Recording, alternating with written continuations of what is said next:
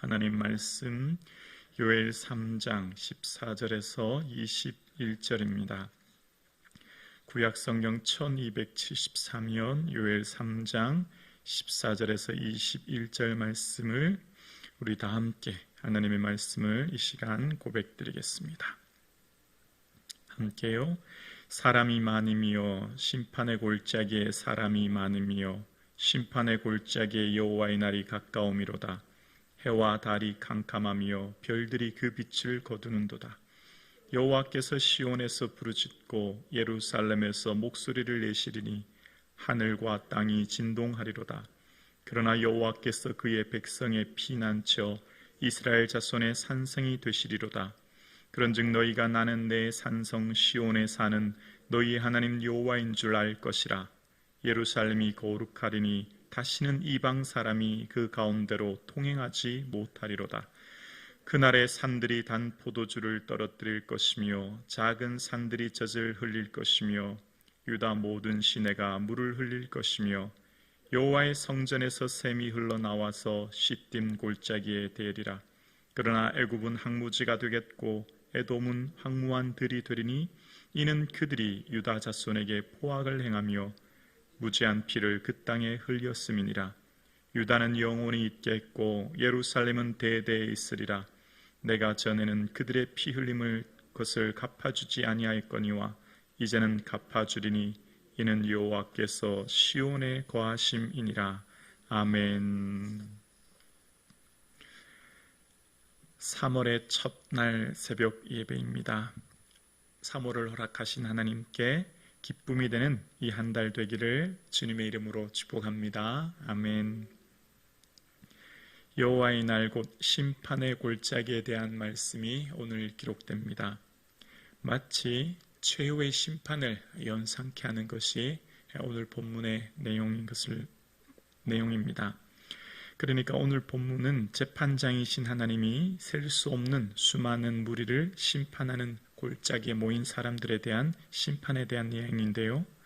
오늘 본문은 이 앞서 12절에 여호사밧 골짜기에서 민족들을 다 심판한다고 하는 말씀에 이어서 기록된 말씀이죠. 여호사밧, 하나님께서 심판하신다라고 하는 이름의 뜻을 가진 골짜기에서 모든 민족들을 다 심판하게 될 것임을 말씀하시며 여호와의 날이 점차 다가오고 있음을 말씀하십니다. 그러면서 오늘 본문 14절과 15절, 16절을 보면 이렇습니다. 사람이 많으며 심판의 골짜기에 사람이 많으며 심판의 골짜기에 여호와의 날이 가까우미로다. 해와 달이 캄캄하며 별들이 그 빛을 거두도다. 여호와께서 시온에서 부르짖고 예루살렘에서 목소리를 내시리니 하늘과 땅이 진동하리로다. 그러나 여호와께서 그의 백성의 피난처 이스라엘의 산성이 되시리로다. 아멘. 여호와의 크고 두려운 심판의 날이 이제 모든 민족, 모든 백성, 모든 사람들에게 임한 모습을 말씀하시는데요.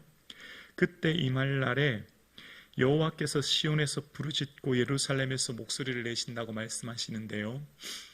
여호와께서 시온에서 부르짖다라고 하는 이 원어의 뜻샤는 표하다. 그러니까 사자가 표효하는, 으르렁하는 단어를 묘사할 때 쓰는 말씀이에요. 그리고 목소리를 내신다라고 하는 내신다는 뜻은 호령하다라고 하는 뜻입니다. 심판장이신 하나님의 두렵고 떨리는 모습을 말씀하고 계시는 겁니다. 심판의 날, 공의의 하나님이 어떤 모습으로 심판할지에 대한 모습을 말씀하시는 거예요.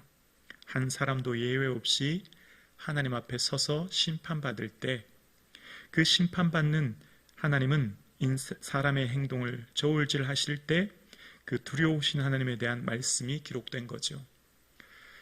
오늘 예배 드리시는 여러분, 하나님은 사랑의 하나님이시죠. 긍휼이 많으시죠. 인애가 풍성한 분이십니다. 그런데 또한 하나님은 공의의 하나님이십니다. 두려우신 하나님이시고 어미하신 하나님이십니다. 하나님에 대한 두려움이 있어야 우리의 삶이 경건해지는 겁니다. 하나님을 두려워해야 내 삶이 하나님 앞에서의 삶을 살게 되는 거죠. 많은 현대인들이 하나님을 두려워하지 않은 것 같아요. 마치 하나님이 없는 것처럼 살아갑니다. 마치 내가 모든 걸 할 수 있고 이때 이 세상에는 내 힘으로 모든 걸 이룰 수 있을 것 같은 삶을 살아갑니다. 그러나 우리가 기억해야 됩니다. 하나님은 공의의 하나님이십니다. 두려우신 하나님이십니다. 우리의 삶을 저울질하는 심판주라는 거예요. 그 공의의 하나님께서는 해와 달이 캄캄하며 별들이 그 빛을 잃게 하시는 하나님이에요. 그러니까 요한계시록 22장 5절에 보면 다시는 밤이 없겠고 등불과 햇빛이 쓸데없으리니 이는 주 하나님이 그들에게 빛이심이라 말씀하시죠. 예수님께서 십자가에 지실 때 해가 모든 빛을 잃었듯이 이제 이 세상의 모든 자연 질서 가운데 하나님의 새 창조의 날을 말씀하시는 모습을 보게 됩니다. 그러면서 심판하실 때 그 어미하신 하나님의 두려우심에 반해 16절은 그러나로 시작되는 하나님에 대한 너무나 큰 사랑이 기록됩니다. 16절 후반절에 보면 그러나 여호와께서 그의 백성의 피난처 이스라엘 자손의 산성이 되시리로다 말씀하십니다. 하나님은 그의 백성을 사랑하시고 보호하시고 피난처 되시는 하나님인 것을 말씀하고 계세요. 그러니까 얼마나 큰 은혜의 말씀인지 모릅니다. 악인에게는 심판의 날이지만 의인에게는 구원의 날임을 말씀하고 계시는 거죠. 그러니까 17절을 보면 그런즉 너희가 나는 내 성산에서 내 성산 시온에 사는 너희 하나님 여호와인 줄 알 것이라.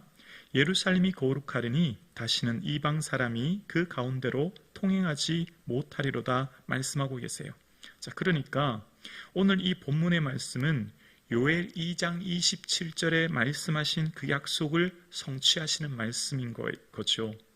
요엘 2장 27절에 보면 그런즉 내가 이스라엘 가운데 있어 너희 하나님 여호와가 되고 다른 이가 없는 줄 너희가 알 것이라 라고 하신 그 말씀인 거죠. 하나님이 여호와가 되고 다른 이가 없는 줄 알 것이다. 그 말씀이 오늘 성취되어서 오늘 본문 17절에 이렇게 말씀하시죠. 나는 내 성산 시온에 사는 너희 하나님 여호와인 줄을 알 것이다. 예루살렘이 거룩하다 라고 이제 말씀하시는 거예요. 그러니까 이방 민족들이 하나님을 두려워하지 않고 하나님을 무시하고 조롱하며 경멸했던 모든 이방인들이 드디어 하나님이 어떤 분이라고 하는 것을 알게 된 겁니다. 이방 모든 백성들 이스라엘과 유다를 경멸하며 조롱하며 짓밟던 그들에게 하나님이 비로소 어떤 분이신가를 말씀하시는 것이 오늘 본문이에요. 어쩌면 오늘 본문을 묵상하면 오늘 이 시대를 살아가는 우리의 삶 가운데 참된 제자로, 그러니까 그리스도인으로 산다고 하는 것, 때로는 세상 사람들에게 조롱과 비웃음을 당할 수도 있지만 우리의 삶 가운데서 참된 모습은 그날에 주님 앞에 설 때 우리의 모습이 알게 되지요. 우리는 하나님을 어떻게 부를 수 있습니까? 아빠라고요. 아버지라고요. 첫째 녀석이 학교에 갔더니 이제 교회에 다닌다고 했더니 친구들이 그런 얘기를 하더래요. 야, 너도 11조 내냐? 이런 얘기를 하더래요. 그러니까 신앙생활 안 하는 사람들도 교회가 어떻게 이루어지며 또 교회에서의 봉사, 예물활동 이런 걸 다 알고 있다는 거죠. 그러면서 마치 친구에게 놀리듯이 야, 너도 11조 내냐? 뭐 그런 얘기를 하더라는 거죠. 그러니까 세상 사람들이 볼 때 신앙생활 하는 사람들, 주일날 교회 가는 것, 그 아까운 시간 쉬면 되지 굳이 예배 드리는 것, 또 우리가 하나님을 향한 봉사와 헌신, 사람들은 다 이해할 수 없죠. 어쩌면 오늘을 살아가는 우리의 삶에 신앙생활하며 믿음으로 살아간다고 하는 것, 그리고 삶의 자리에서 참된 제자로서의 삶을 살아간다고 하는 것, 만만치 않은 거죠.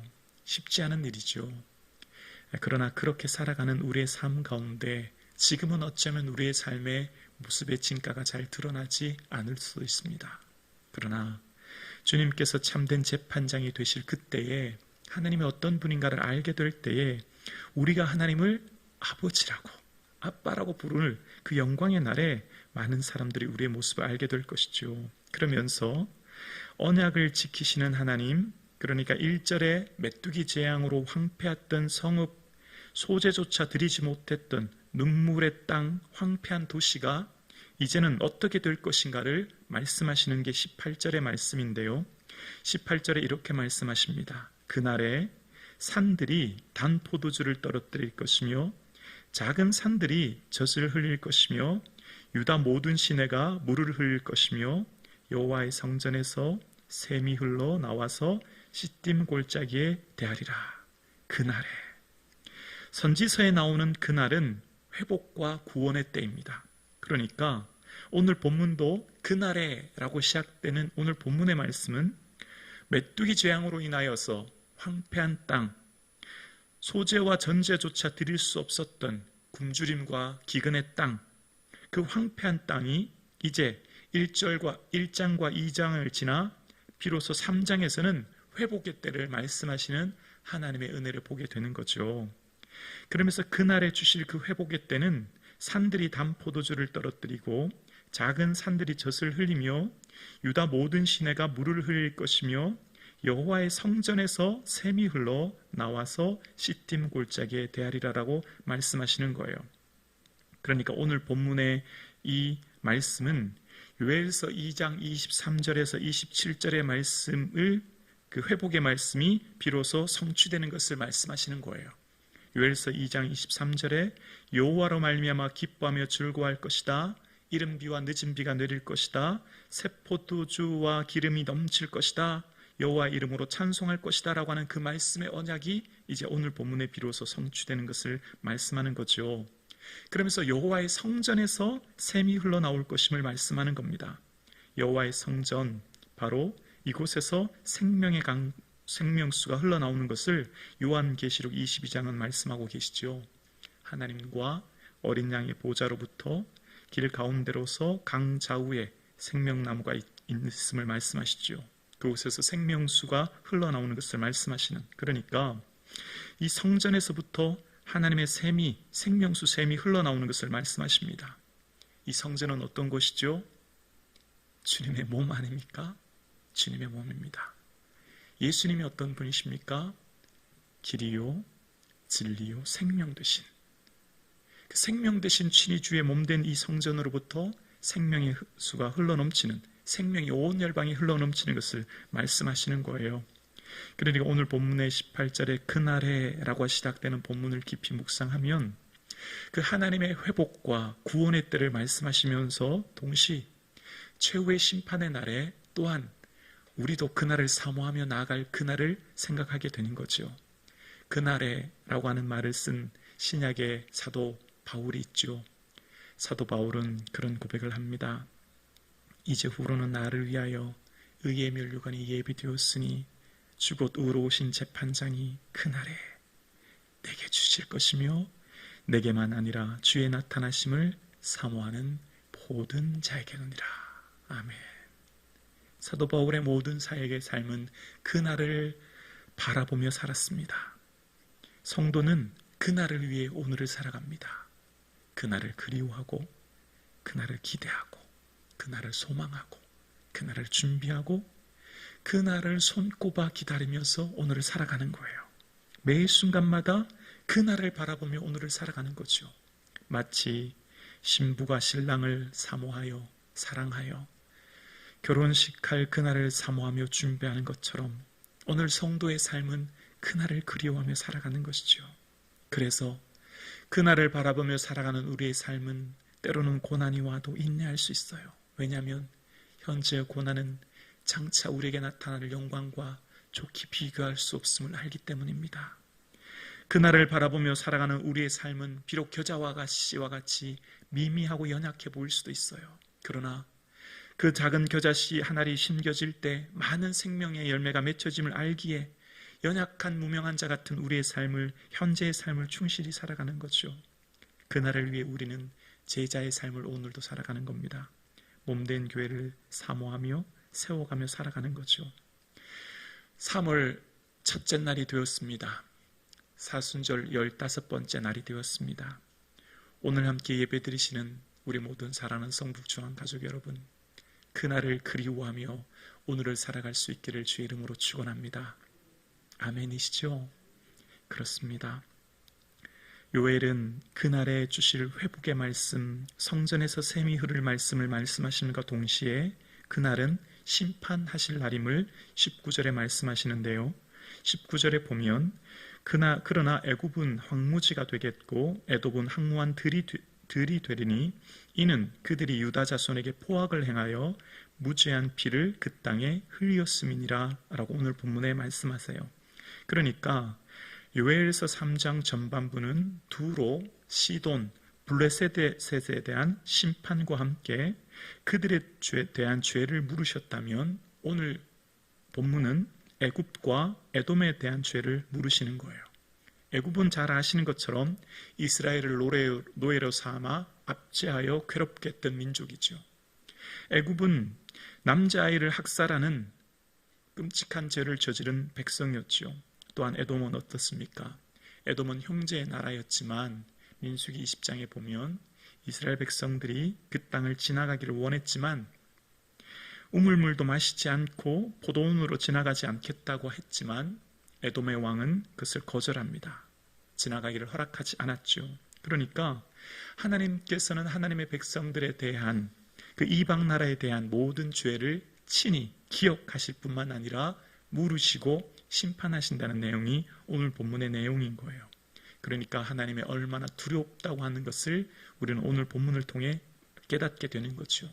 모든 것을 기억하시고 그 행한 대로의 삶에 대한 보응을 말씀을 이야기하시는 거예요. 그러나 그날에 또한 살아가는 자들에 대한 주실 은혜가 20절에 기록됩니다. 하나님의 은혜가 20절에 나옵니다. 유다는 영원히 있겠고 예루살렘은 대대 있으리로다. 21절이요. 내가 전에는 그들의 피 흘림 당한 것을 갚아주지 아니하였거니와 이제는 갚아주리니 이는 여호와께서 시온에 거하심이니라. 시온의 회복을 말씀하시는 거예요. 하나님의 영광의 임재로 말미암아 회복될 그날에 유다는 어떻다고요? 영원히 있겠대요. 여러분, 영원이란 단어를 사람에게, 민족에게 붙일 수 있을까요? 영원이란 단어는 하나님 외에는 붙일 수 있는 수식어가 아닙니다.